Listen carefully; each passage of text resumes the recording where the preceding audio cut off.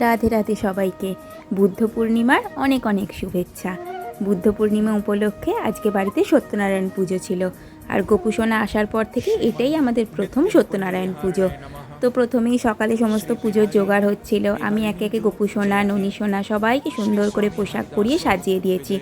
আর এই সমস্ত পোশাকগুলো নিয়েছি গোলুসোনার পরিবারের কাছ থেকে।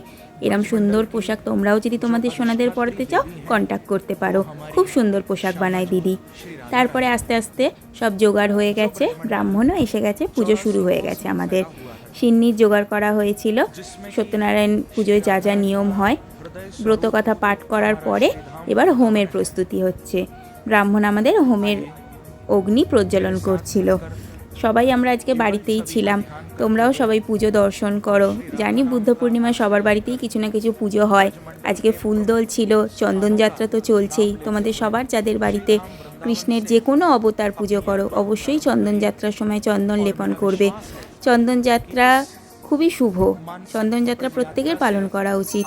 আর গোবিন্দর পুজো করার মধ্যে তো যে আনন্দ আছে, সেই আনন্দ আর কিছুতে নেই। তোমরা সবাই গোবিন্দর চরণে ঠাঁই নাও। দেখবে গোবিন্দ তোমাদের সকল মনের আশা পূরণ করবেন। কখনো উনি কাউকে খালি হাতে ফেরান না। আমাদের পুজো এদিকে শেষের দিকে, আরতি হয়ে গেছে। তোমরাও সবাই এই মঙ্গল দ্বীপ দর্শন করো। তোমাদের জীবনের সমস্ত অন্ধকার দূর হোক, তোমাদের জীবন আলোকিত হয়ে উঠুক। গোবিন্দর কাছে এই প্রার্থনাই করি। প্রভুর চরণে তো যারা ঠাঁই নিয়েছে তাদের কখনো প্রভু কোনো খারাপ করেন না, সবসময় সবার ভালো করেন। তাই ধীরে ধীরে তোমরা সবাই গোবিন্দর শরণাগত হও, এই কামনা করি। আর এইভাবে আমাদের পুজো প্রায় শেষের দিকে এসে গেছে।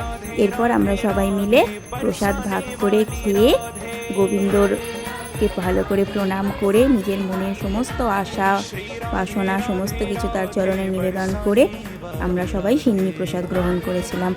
গোবিন্দর আশীর্বাদে সবাই ভালো থেকো। রাধে রাধে। আবার দেখা হবে।